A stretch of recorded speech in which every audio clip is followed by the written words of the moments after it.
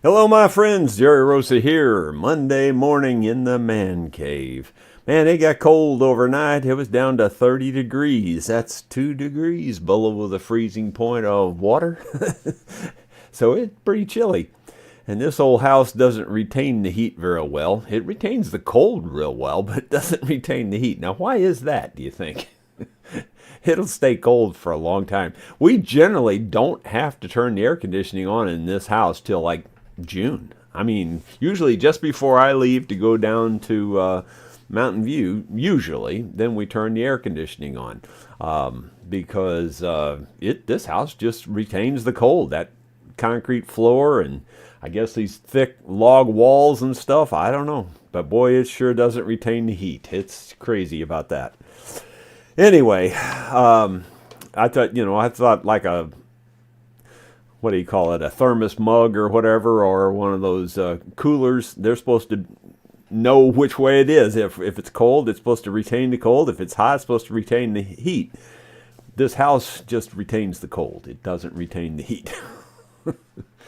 But anyway, I'll be shipping off that auction guitar today to, I guess it's John Pepper, or Joe Pepper is his username. And I'll be shipping that off today. I'll have to go into town to deliver that to UPS. So while I'm in town, I'll probably pick up some more supplies that I'm going to need to finish up the phase of the water wheel project that I'm working on, and you'll get to see that phase here in just a moment. It's turning out really good, and I'm really, really glad that I've done this extra steps to fix what needed to be fixed. And as soon as I'm done with this little phase, then we'll be on to actually building the water wheel itself, the house and the wall and all that. And that won't be long now. It's going to be within the next week, I think we'll actually start building it. And I don't think it's going to take that long to build it. Now, it might take me several days to build the rock wall. The rock wall is the hardest part of it. Building the wooden walls, I think that's a few hours work, and we'll have that part standing. But the rock wall might take me a couple of days. Rock's not easy to lay up. It really isn't, especially odd size rock. If you have all flat rock, it's not that big a deal.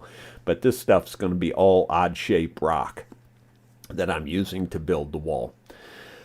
Anyway, let's see. What else do I have on my list here? Oh yeah, today the metal detector's coming. I'm like a little kid at Christmas. I can't wait for it to get here. I've been watching all kinds of videos on how to use this thing, so I'll get the most out of it right out. Hopefully hit the ground running with it. I know some of you could care less about this, but what's really cool about this detector is they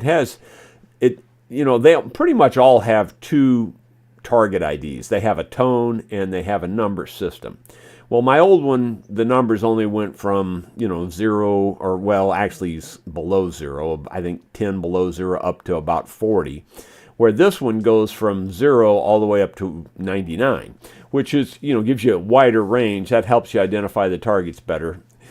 So it's got the number range, it's got the tones, but this one also has a picture. And the picture is pretty cool. When you marry the three things together, the picture, I think, is the icing on the cake, in that it sort of indicates the shape of what you're looking for. Like a perfectly round circle could easily be a coin, but more than that, it's got this window where the pictures are. The top's got iron and the bottom's got iron, and in the center, those are non-iron targets. So the closer to the center line the picture appears, the more likely it is that it's not iron. And then the further to the right on that line that it appears, the more likely it is, a better thing to find. In other words, like it's a coin or something like that. The further to the left, it doesn't mean it won't be something real good, because it could be like a gold ring, or it could be, even a gold coin is going to appear a little more to the left.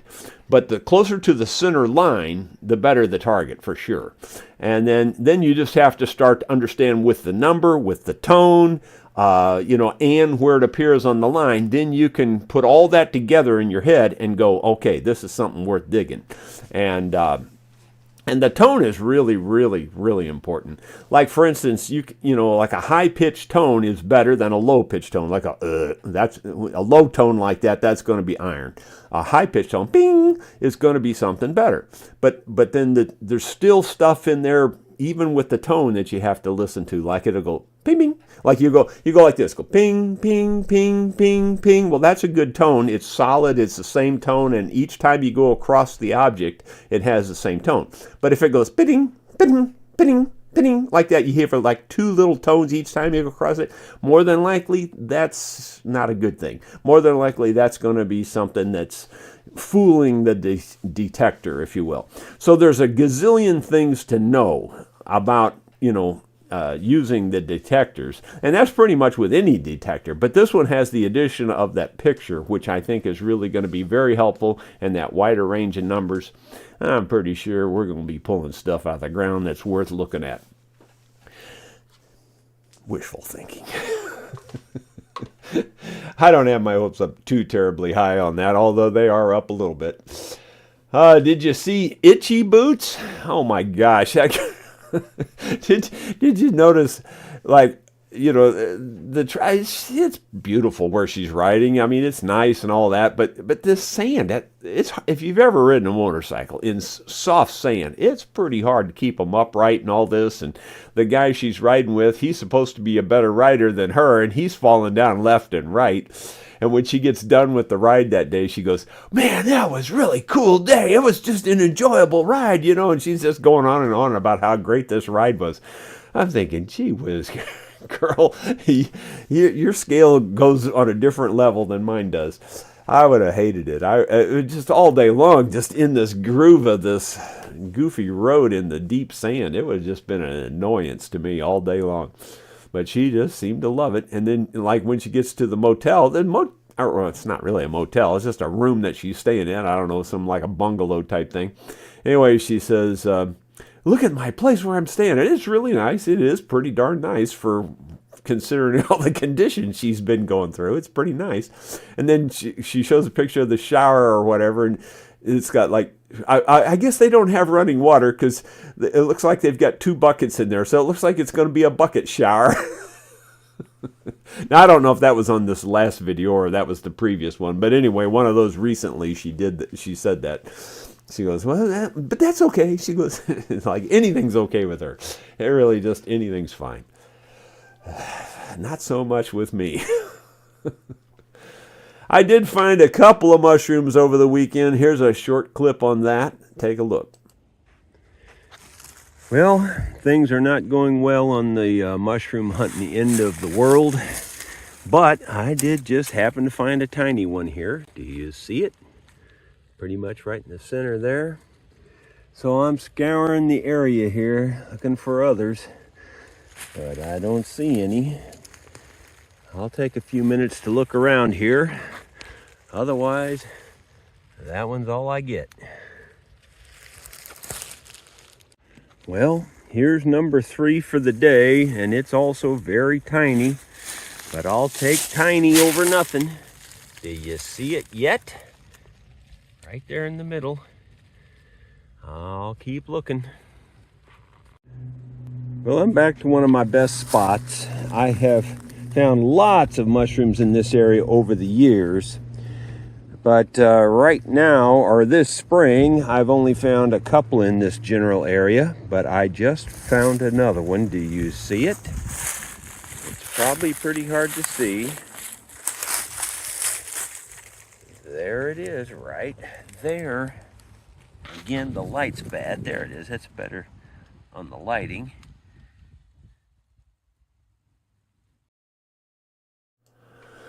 This has not been my best year for finding mushrooms, I can tell you that. By this time, generally, I have found bumping 100. This year, I found maybe, I don't even think I found a dozen yet. It's been probably 10 or 12 at the most. It's really a low count this year. I've almost just quit counting because they're just not finding them. The water wheel project, it moved pretty far this weekend. you know, the video I'm going to show you don't tell half the story, but you'll eventually see a much better video putting all these things together and showing you how I did some of the stuff that I did. But here's a clip that I put together just to show you where we're at on the progress right now. Well, my friend, here's what a weekend of work turned out to be. I didn't work all day long both days, but I put in quite a few hours each day, and it's really working out nice. I tore out all of this and put all new rock in here, and then poured concrete in between it. This wall here I didn't finish yet. I would like to finish that wall. Probably have to get to that this week sometime.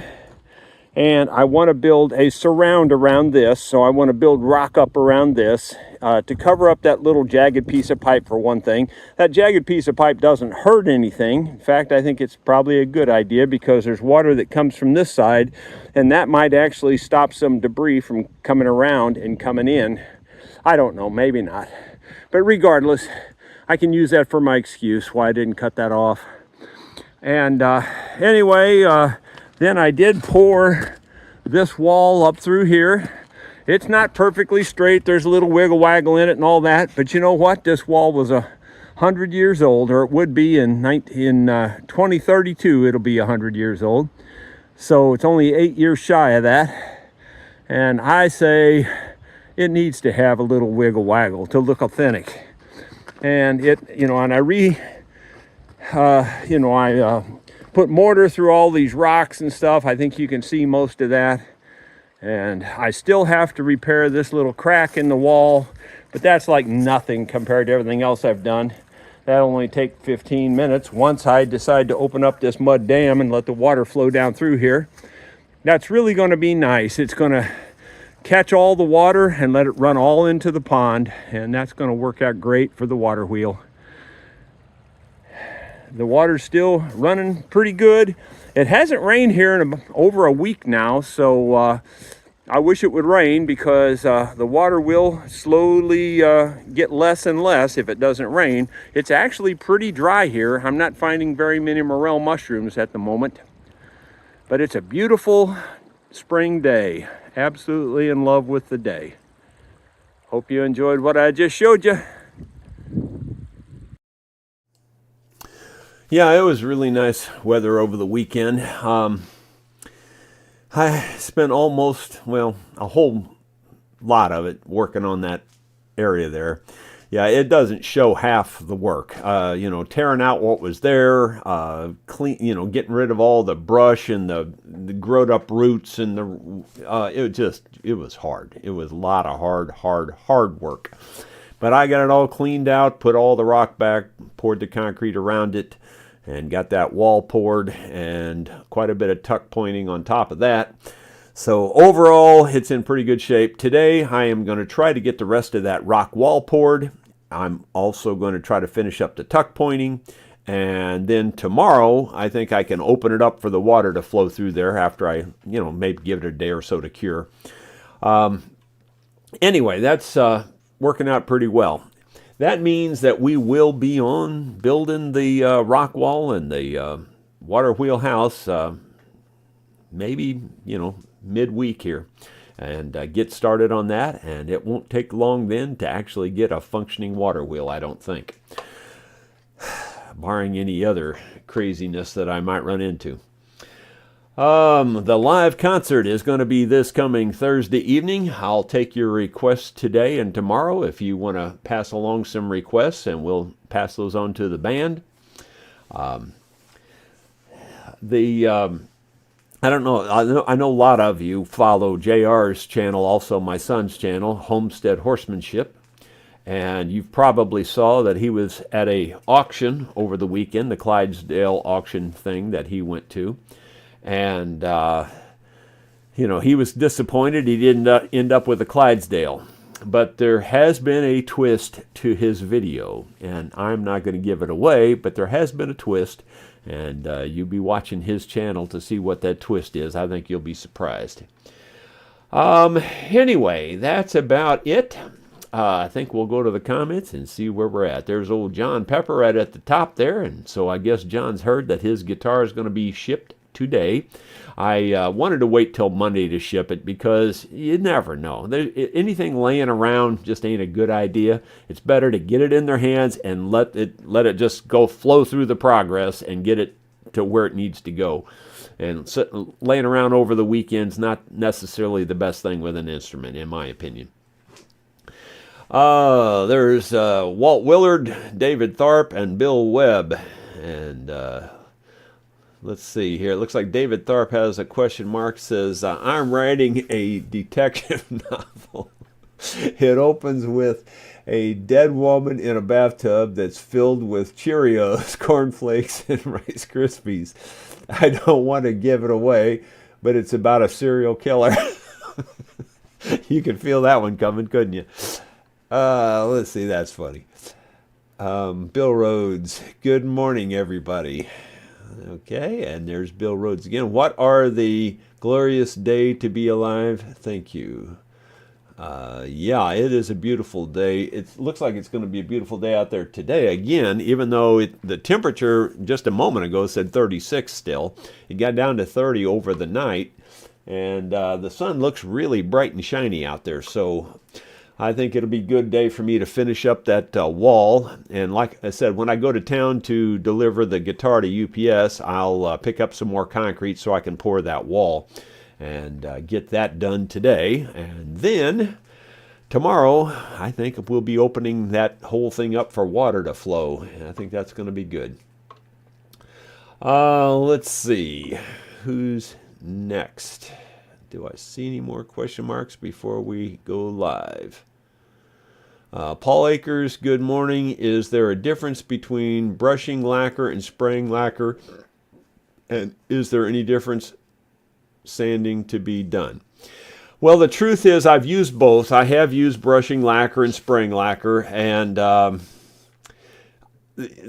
be honest, the only difference I know is what it says on the can, and that's it. I've never tried to spray the brushing lacquer. I would think it would spray just fine. And I've never really, well, I guess I have probably brushed on the spraying lacquer more than once, but I don't know. There's just a whole lot of hype around all those finishes and all the pour fillers and all that stuff. All of it, to me, 80% of it's just marketing hype. That's just about where I think it is too. Donald Matthews, itchy boots. Get in a boat with three guys you don't know and don't speak the same language. Go fishing. Yeah, not sketchy at all. She's amazing. She's just flat amazing. Just amazing. And how she pulls it all off. And, there's a lot of people that think that it's made up, that she's got a whole crew of people traveling with her. But I don't think so. I think she's telling it straight up and down. I mean, because I've seen her off of her channel on other channels and things where she's talking about it, and she pretty much tells it just like it is, and she says she gets those kinds of accusations all the time that she's traveling with a crew of people, and she's not, and she shows how she does all the things that she does. So, boy, I'd be afraid to travel by myself where she's traveling. I'm not kidding you, I would. It's nuts. Just flat nuts. Let's see. You always think, well, it'll catch up with you one of these days, and I don't wish that on her, but I'm afraid that could happen. Let's see. Moving on down. James Kopp says, do you know this one? Let's go to Lukenbach, Texas, with Willie and Waylon. Yeah, let's go to Lukenbach, Texas, with Waylon and Willie and the boys. Yeah, a successful life you're living. I know something about it, but I don't know the whole song. But I mean, I've heard it, obviously. I don't know if any of us do that. I'll write it down. I'm sure we could do it. I'll see. Lucan. I'll just write Lukenbach, Texas, because that's about all you need to know about that tune. I haven't been writing down the names of the people that request it, but I'm going to try to do that from this point on at least.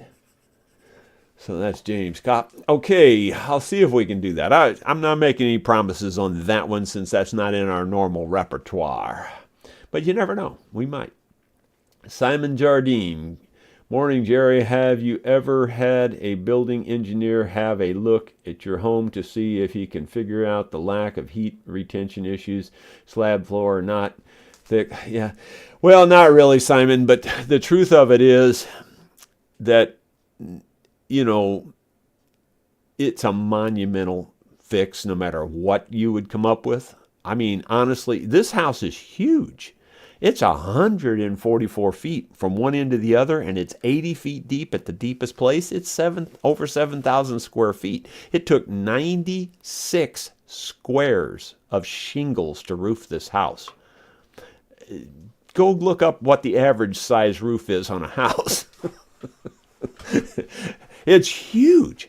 And so, and it's all built with, 1920s and 30s technology. So everything about it. If you were going to do anything, honestly, the only fix for this house, besides what I've already done, which is pretty much replace all the windows, I've furred all the walls out to 6 inches, I've re-insulated with modern insulation, the attic is insulated.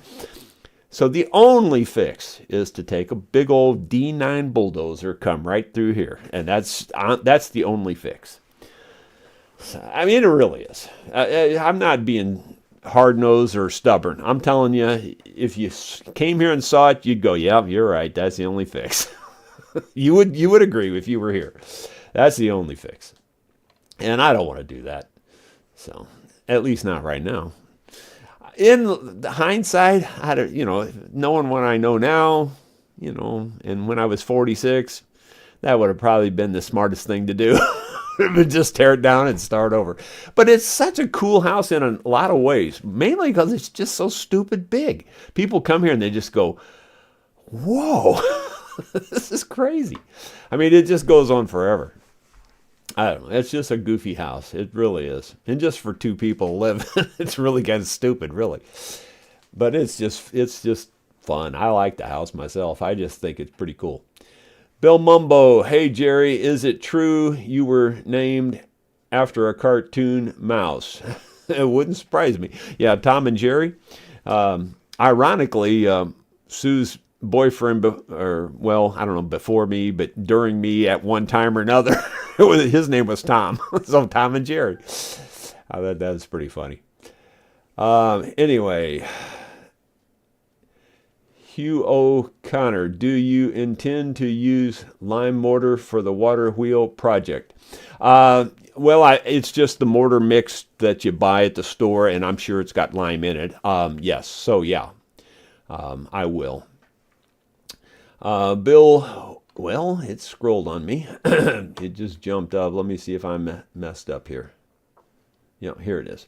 Bill Webb, hey James, I had a bucket list moment about a year ago I got a chance to stand on the porch under the Lukenbach sign and sing a song I wrote. That's pretty cool. Mike Saba, will your metal detector pick up water lines that are not metal like PVC or poly? No, it won't pick that up. It only picks up metallic items. Pretty much anything made out of any kind of metal, it'll pick it up, pretty much. I say that, and I can't think of any kind of metal it wouldn't pick up. I'm pretty sure it'll get anything that's metal. Might not get mercury. I don't know if it'll get that or not. It probably would. Bill Rhodes, Jerry, you never cease to amaze me. All the things that you are able to do at your age, it's amazing. I told you, I'm only like 36. It's just the mirrors and the arthritis that say different. If it wasn't for the mirrors and the arthritis, I swear I'm not lying to you when I tell you I think I would feel like I was 36 if it wasn't for the arthritis and having to look in the stupid mirrors. I don't mean it as a brag, but honest to gosh, I can't think of anybody that can keep up with me. JR can't keep up with me. I mean, that's the truth. I work circles around just about anybody I know. And I think part of it's because I keep after it with the firewood thing. It's a lot of work. It's a pain in the neck. It's like you go, oh, I got to go cut firewood again. But on the other hand, it's my gym pass, if you will. It's like instead of having a gym membership, I just go out and do that, and I think it really has made a difference. Cup of cool. My buddy showed me a picture of a bag full of mushrooms that his son found after, and over half of them were as big as Coke cans. Impressive haul. Also brought me some. Yeah, they're great. And, it's funny how you go to this patch and they'll be really tiny ones. And you go to another patch and they're the big, tall ones. I haven't seen any of the really big ones for a long time. Like where I used to live, they were definitely morel mushrooms, but they would stand up maybe 10 inches tall, some of them, And here, I don't think I've ever found one more than maybe 6 inches tall, something like that. That looks taller on the screen, but that's about 6 inches. And 10 inches would be about like that. And we used to find them like that. And they'd be kind of skinny with a long stalk with a small head, and be 10 inches tall. We don't ever find them like that here. It's 6 inches, and I think I've only found one that was that big, probably, maybe two. It's funny. It's just difference in the ground, I guess, and different mineralization and different things, I assume. I wish somebody could figure out how to grow those things. Now, before you guys start sending me links to the videos, please don't do that because I already know it's all hoax. There's guys that show that they can grow them in their gardens and they grow them in their flower beds. And I've seen all those videos, and it's all BS. Black and white, 100%. I didn't say 99.9, 100% BS. Nobody knows how to grow morel mushrooms. Trust me, if they did, they'd be on the market. It's probably the most sought after mushroom in the world, or at least in the United States for sure, are morel mushrooms. And they would be on the market big time. And they're not. And nobody's figured out how to grow them. One of my viewers even sent me, quote-unquote, morel spores and things to sow. To be honest with you, I didn't even bother. There's no point in it because it ain't going to work. And all the wives' tales about the mushrooms where carry them in an open bag so the spores spill out. And, take your water that you wash them in and pour it back out on your ground. I used to do all that stuff. I did it for years. Not one bit of difference. Not that much bit of difference. No matter where you're finding your mushrooms, that spot's going to dry up over time. They all do. And you can pour out all the spores you want, and it ain't going to make any difference. Nobody's figured it out yet. And nobody ever will, I don't think. It's a unique mushroom growing at a unique time. There's just a few weeks there where they grow, and after that, they just don't grow anymore. Anyway, just so you know. So anything you see where the guy says, I can grow these, I've learned how to grow them in my flower bed. I saw a video like that. I thought, you're an idiot.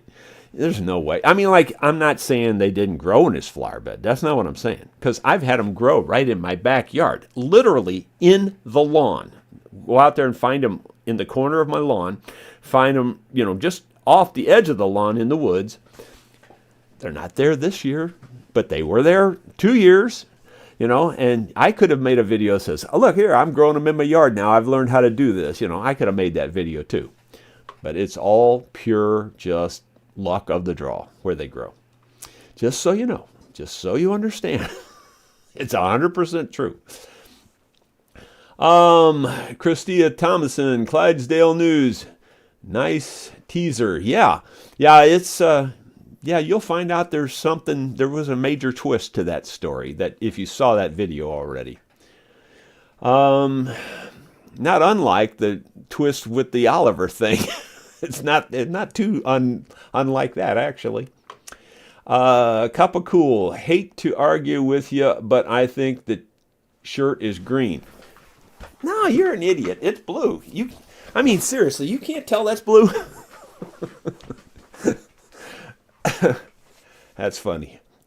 Lester Cunningham, Jerry, will you do a face in the crowd? A face in the crowd. I like that song.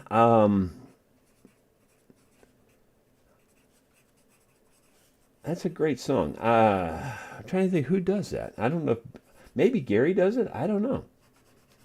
I know we've done it at jams before. I don't think I've ever done it. That was Lester.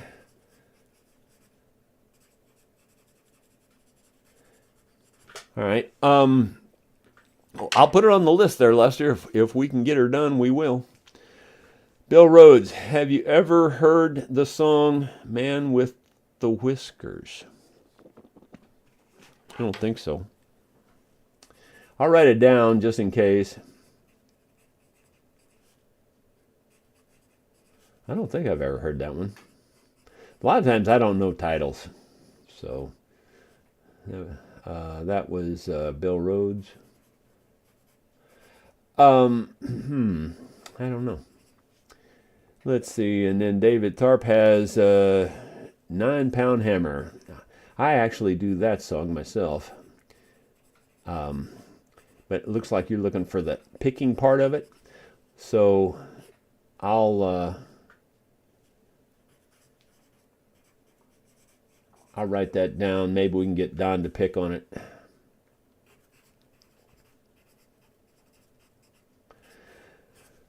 Okay. Anything Hank Williams would be good. I've got one of those.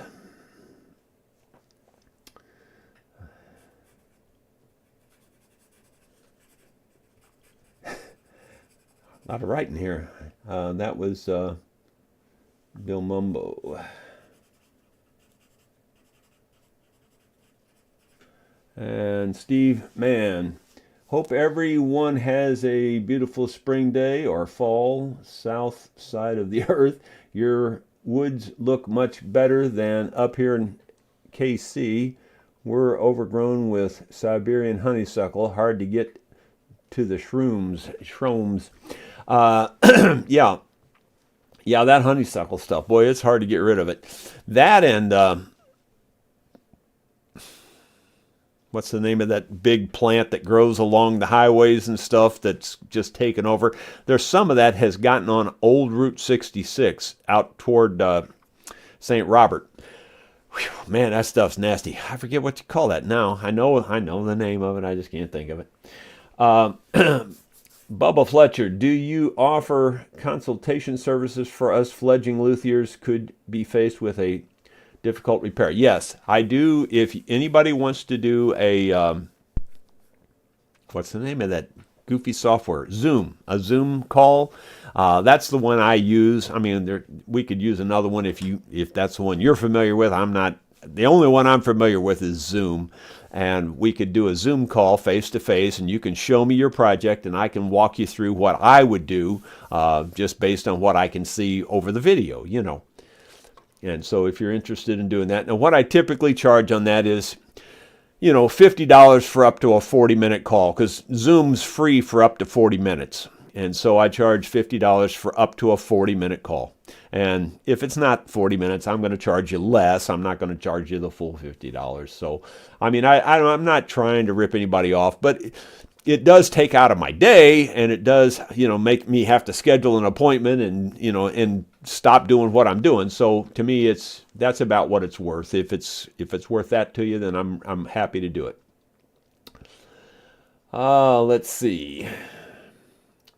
And I have done it a few times already, by the way. I know the Clydesdale secret cause I'm on JR's Patreon, but I'm not telling. Well, that's nice of you, Carolyn. Jeff Puris, kudzu. Yep, I knew it. It was on the tip. I mean, like I couldn't pull it off. Yep, kudzu. Yeah, there's some of that crud growing along Highway 44 out here, or I say 44, Route 60, old Route 66 out here. And it's between here and St. Robert, and it's just all over the trees on both sides of the highway. And I'm hoping it never makes it here. If it does, I'll be burning the forest. Of course, it'll come right back. I know how that stuff is. Edwards Kashuba, good morning, Jerry. When you test the sound of the guitars you fix, do you play a few chords? What are they? Oh, I don't know. I don't have any particular black and white routine. I'm what do they call it? The cowboy chords type thing. I just do this basic stuff on a guitar, and I will try to like maybe take the A and move it all the way, or like the A seventh or whatever, and move it all the way up so that I can test buzzes all through. Mostly, I'm just testing for buzzes and things when I'm doing that. No, I don't have any particular routine, unfortunately. I mean, I don't really have any strong suggestions one way or the other on how to test them. Spike Moto, hi Jerry, does the band know Blackberry Blossom or Whiskey Before Breakfast? I'm trying to learn both those songs. Well, not very well on either of those, honestly. I can't play Whiskey Before Breakfast at all. I used to play Blackberry Blossom, but I didn't do it very well. And if I was playing it totally by myself, you probably wouldn't even know the song I was playing. I could get through the chords and things, but it's been so long. Quite honestly, I don't think we can fit that request, honestly. There's nobody strong enough to lead it in the band that I'm aware of at the moment. No one's practiced it, I would be the closest one on the Blackberry Blossom, and I'm no good at it. I mean, I'll just tell you right now, I'm no good at it at all. Carolyn Fike, South Carolina is full of kudzu. Yeah, I know it's crazy on the East Coast and southeast. I don't mean East Coast so much, but the southeastern part of the United States. I know it's really bad through there. Haven't heard my Rosa mandolin in a long time. My Rosa mandolin. Oh, the song that my friend that I can't think of his name, Eric Parent wrote that song. I don't play that song. I only play it on my videos. I'll try to remember to include that on one of my future videos. But anyway, that's a great song. That boy's a really fantastic songwriter, Eric Parent. I'm really surprised that people haven't discovered his songwriting. He's written some wonderful songs. I mean, some really, really good songs. He's played them for me, and I'm going, wow, those are awesome. I mean, they're really good songs. They put me to shame on the songwriting. Let's see. Gary Smythe from the UK. Hope it's the horse that JR really wanted that went for $4,000. Man of Constant Sorrow is, we might be able to do that one. Yeah, Gary, I don't know. I'm not going to mention which horse it was, but I think you'll be surprised.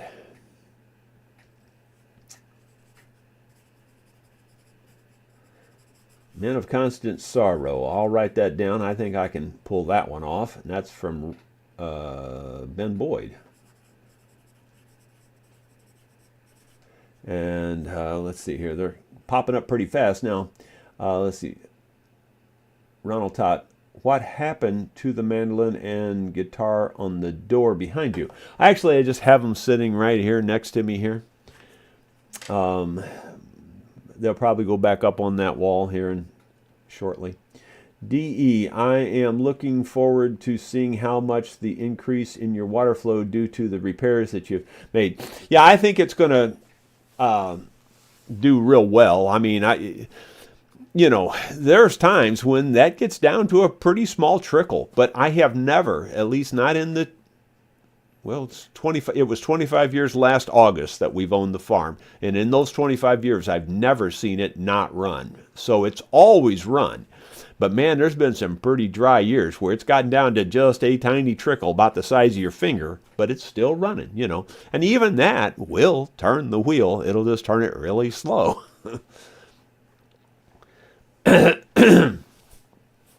Let's see. Paul Walton, Old Home Place. Yeah, that's another one that I do. Old Home Place. Paul Walton. That's a great song, written by the Dillards, actually written by Mitch Jane of the Dillards, and there was another guy that helped him write it. I can't think of the other guy's name. And I think he was in the band also, I think. I'm not sure about that, though. 1788 Productions, kudzu. Around the house here in Maryland is overrun with kudzu. I watched an episode of Moonshiners in Tennessee that made kudzu shine from all of those weeds. It wouldn't surprise me. People make something out of everything. Tennessee, 1949 by Larry Sparks. I don't think any of us do that one. I do Blue Virginia Blue by Larry Sparks, but I don't do the Tennessee 1949. I'll write it down in case somebody knows it, because maybe somebody does. Let's see, and that's from 1788 Productions. Okay. Bill Webb's asking for Sweet Melinda. Well, I'll try to do that one. Okay, I think I'm going to cut that off on the requests here, because I think we've already run up quite a few of them here. Ronald Todd says, if you narrow the trench as you go, you will build pressure by the time you get to the wheel. Yeah, I guess. It's still going to be, I don't think the pressure's the issue. It's just a fall. It's just going to fall, and I'll have it narrowed down where it falls in the cup. I don't think you can change much on that, really, honestly. The only way you can change it is if you left it wide and it missed the cup, but I'll have it narrowed down to the point where it should hit the cup pretty good. Anyway, the volume itself is the biggest issue.